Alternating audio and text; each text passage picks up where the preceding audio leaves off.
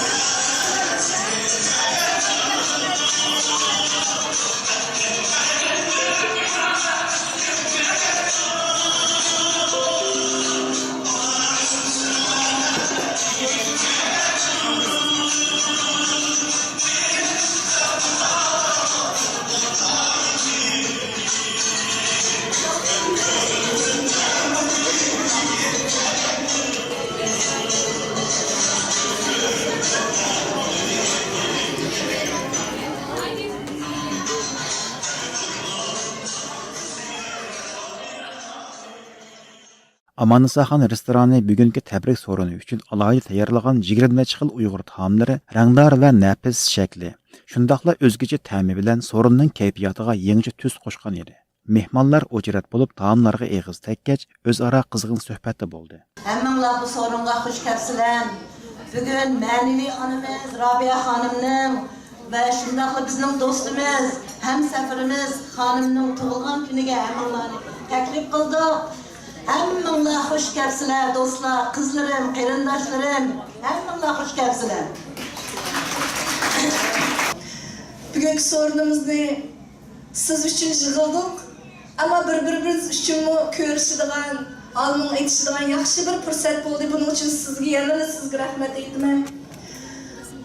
Ondan bu oddiy so'rinimizni, oddiy bo'lsa mehrli, suyimli so'rinimizni tashkillash uchun kuch chiqargan Rabiya xonimning aziz do'stlariga, barliq Uyg'ur jamoatiga, barliq hadlarimizga, singillarimizga, akalarimizga, inlarimizga, jumladan barliq vatandoshlarimizga tashakkur etaman. Mehmonlar to'planib bo'lganda Rabiya xonimning sharafiga yig'ilgan mehmonlarga vakolatan uning uzun yillik do'stlaridan yozuvchi Abdukim Boqiy so'zga chiqib, Rabiya xonimning hayotini qisqacha eslab o'tdi. Shuning bilan birga Abdukim Boqiy o'zi yozib chiqqan Rabiya xonimga bag'ishlangan 2 parcha asarning Turkiya davlatlik nashriyotida turkcha va uyg'urcha tillarda nashr qilinganligini aytganda butun zaldagilar olqish yog'dirdi.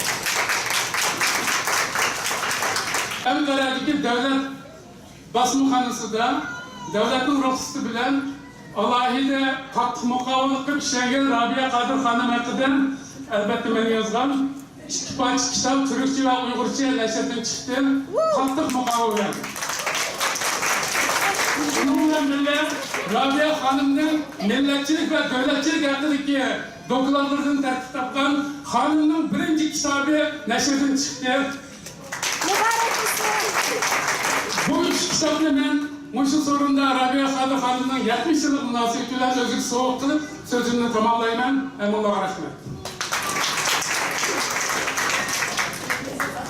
Arqadan sorun riyosatchisi Gulchehra Rabiya xonimning qadinaslaridan Xurshida xonimning ayollar to'pidagi do'stlariga vakolatan tayyorlagan guldastini sorun ahli nomidan Rabiya xonimga taqdim qiladiganligini e'lon qilganda zaldagilar yana bir qatam olqish yog'dirdi. Undaqda xonimlar tarafidan ya'ni Rabiya Qodir xonimning Washingtonda yashayotgan o'zining do'stlari nomidan shunday chiroyli guldast tuzibdi. Guldastini xo'shdan Rabiya xonimga taqdim etmoqchi.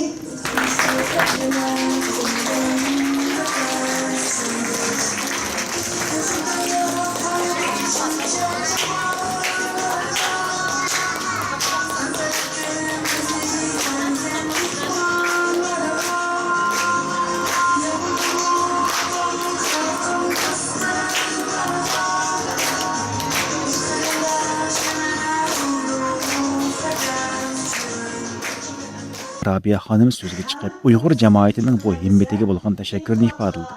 U so'zida bu qadimgi faoliyatning bir tarix bo'lib qolishini orzu qiladiganligini bildirdi. Özlerinin zihnini muşunu sarıp kılıp bu sorunu kelgen bağlı farzandlarım, hanım kızlar, rahmet sizlerge. Ben bugün 70 yaş kirgenligim için bu işini kılmayman. Çünkü turnularda neç onluğun adam yetiyordu vatanda. Xitay bizni şunda kırvatkan bir vakitte bu vazifenin üstümüzge elip çıkan barlık inkılapçılar. Ben bulutlu muş əsrdə, muşu dövrdə mən özüm rəhbər olub çıxdım deyən bir vaxtda qarindaşlarımı turmuda qutulduramıdım. Ölü vaxtdan şehit bol vaxtlarını, ulanın hayatını qoğdar qalanmadım. 70 yıllığımda xalqımın bunda azap oqub və tatıvatqanda xalqımı mən heç qancha yardım qılanmaqdım, mən mün qılman desəm o qolumdan kəmmidi. Kəlgəndə qıldım lekin xalqımı qutulduramadım. Bunun linkin başqalar qıtbaqsın. Diğer ideyimi kelgen edim.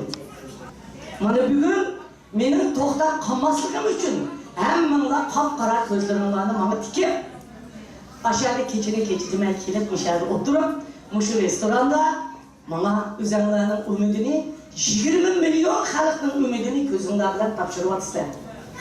Mana bugün mening qizlarim, singillarim, farzandlarim 20 milyon Onlarının 10 milyon ayollar bolsa, ularning umidlerini bana tapşırıvatıdır.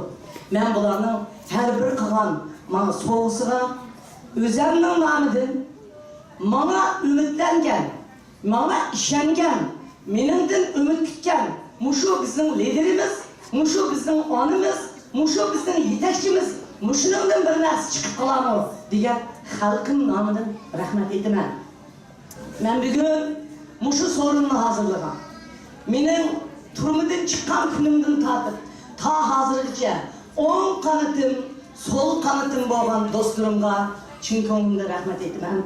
Xurshida do'stim 10 odam bilan qilaman deganman, qilmoqlasam 10 odam bilan qilib berman deydi. Bugun Amerika Uyg'ur jamoati nomidan mening 70 yoshga kirganligimni tabriklabdi. Bugun bu mening 70 yoshga kirgan kunimni tabriklashi ve bunun için bu toyunu kıpırışı bana verilgen soğuk emas, bütün turmuda yetivatkan, vatini için kadimini baskan, vatinin de özünün cini atıgan, vatinin de turmuları özünü atkan, bağırını kırındaşlarımla verilgen soğuk. Herkes bana emas yalnız, ben bilen birge en aşılağa iletilgen soğuklar. Arqadilla Amerika Uyg'ur jamoati Rabia Hanımning ko'p yillik Uyg'ur davosiga singdirgan ajri, shundaqla Uyg'ur davosining xalqaralashishida o'ynagan hal qilguvchi roliga tashakkur bildirish yuzasidan uningga lavha taqdim qildi. Nafis lavha yuziga chekilgan Uyg'urcha tekst unlik o'qilganda so'rin ahli yana bir qatim hayajonga cho'mdi. Uyg'ur xalqining suyimlik onasi, ozodlik kurashining tadbirlik yetakchisi muhtaram Rabia Qadir xonimga muqaddas vatanimizning hurriyati ve milliy mustaqillik yo'lida to'lagan bedel, chekkan ajr hamda ko'rsatgan fidokorligimiz uchun rahmat mangu unutmaymiz. Amerikadagi Uyg'ur jamoatidan 11-kuzlar. Rabia xonim oddiy sovg'amizni mana chiroyli to'nlarimiz tayyorlaydi. Xonimlar, bu kimning nomidir? Bütün cemaatimiz. Adli soğuklarımızı kabul etgeysiz. Bu qatimqi qutlug' so'ringa qadam tashrif qilgan Sidiq Hoji Ro'zima o'z navbatida so'zlab, milliy da'vo yo'lining mushkulligini, ammo buning to'limi sharatlik bir yo'l ekanligini ta'kidladi. Yani bu anlık kısaltı söylesem, Rabia Qadir'den ballarımızdan bu tarafa bir kısmı, bu tarafa bir kısmı 9 yıl ayrıldı. 9 yıl içinde onun avazlanmadı. Örneklerinin 5 yıl başladı. Arlıkta Kırpınar Ağustılandı. 9 yılda 2 payı işimiz. Washington'da didarlaştık. Hem onlarla Rabia Qadir Washington'da didarlaştı. Yani bu fırsat, Allah'ın keramet ilişkisi, Amerika'nın kudreti. Şunların geldi. Bugün hemen Rabia Qadir'in doğan günü hatırlarımızın öğretmenlerden Rabia başladı. Bu yolu kırgan adam ümit çıkıp yaşaş gerek. her nene baş geliş gerek. Bu yolda sana yaxşılık yok. Sana bu yolda muhabbet yok. Sana bu yolda rahat, feragat yok. Sana bu yolda en yukarısı ölüm, en tövünü türme, en azın tövünü hakaret. Onun başka sana işnesi yok. Şunu sen inkılapçı, şunu sen yedekçi, şunu sen mesbelini götürüp mağalaydıgan adam bulsan. Birler abi emez, Uygur'un şirin çıkıvat kaldı şu. Ve Uygur halkı ise hazır heminin kendi kaldı disi buldu. Çünkü Uygur'da hukuk yok. Şunun için kendi kaldı. Lakin akıl cihetini etkan Uygur, dünyadaki her kandak milletten aldı duralaydı. Rabia Hanım Amerika'ya gelip kelgenden buyan onun Amerika'da Uyghur davasını anlatışıda yakından yardımcı bulup kelgen. Şundaqla onun xususi şoförü hem katibi bulup hizmet kılgan Suriye Hanım söz elip Rabia Hanım'a bolgan tileklerini bildirdi. Şunundan tartib qalsam Rabia Qadirning o'ziniki g'ayrati, shijoati, ahli bu ishlarni qilib ketadigandak bo'lg'achqa men ishimni ruxsat so'rab tashlab chiqiblar. Rabia Qadirning ham shoföri, ham sekretari, hem do'sti bo'lib yanada turdim. Rabia Hanımның yaqin do'stlaridan Sajida Hanımı öz növbetida söz elip Qozog'istondagi Uyg'ur jamoatining o'tliq salibini yetkazdi. Shu kelganingizda men o'zimni eng baxtli ayol deb hisoblayman Qozog'iston Uyg'ur ayollarining ichida. Nima uchun desa, men o'zimning armonimga yetdim. Mushu Rabia Hanımning qishida bo'lish, Rabia Hanım bilan mushu davo ishini bilib berish, mushu Rabia Hanım bilan Rabia Hanımның yanında turib, arkasida turib bir septi bo'lish, shuni umid armon qilgan, shunga Alloh yetkazdi. Yıllardan buyon Washingtondagi ishxonasida Rabia Hanımның xususiy tarjimonligini qilgach, har xil siyosiy munbarlarda Uyg'ur davosini anglitishda Rabia Hanımga yaqindan yordamda bo'lib kelayotgan Zubayra Hanım so'z elib o'z ko'nglini bildirdi. Gerçi bugün biz bu yerda hanımның 70 yaş kirganligini tabriklaymiz degandan men chin yuragimdan hanımda bo'lgan jangovar Uyg'ur ruhini tabriklayman, inqilobchiligini tabriklayman, qahramonligini tabriklayman. Oxirida Rabia Hanımның jiyani Amerikaga ko'chman bo'lib kelayotgan Uyg'urlardan o'z oldiga igilik tiklash bilan to'nilgan Uyg'ur yosh qizot Altay so'z elib, Rabia Hanımның kishilik hayotda o'ziga ta'sir qilgan taraflarini so'zlab o'tdi. Rabia Qadir deganda meni ahvolim keldi, fidokorlik keldi. Chunki yo'q narsani ishim qo'ymaydi, bir narsa yo'q narsani aytib qilishdi. Ammo Rabia ham ayni vaqtda Jumboda xalisa dunyodagi eng chong boylardan birisi bo'lib, yaxshi yashab, yaxshi kunlarni ko'rib yashaydi, ammo o'zi ishlangan davosi uchun bütün boyliqlarini, bütün mansablarini, bütün ailesidan voz kechib, o'zi ishlangan davoda kurash qildi. Shunga men Rabiaga rahmat aytaman. Eng oxirida So'rin ahli Rabia Qadir Hanımның 70 yillik tavalludiga atab tayyorlagan cho'ng tortni elib keldi. Allah sizni uzun ömürler versin. Selamet versin. Hoş buldunuz mu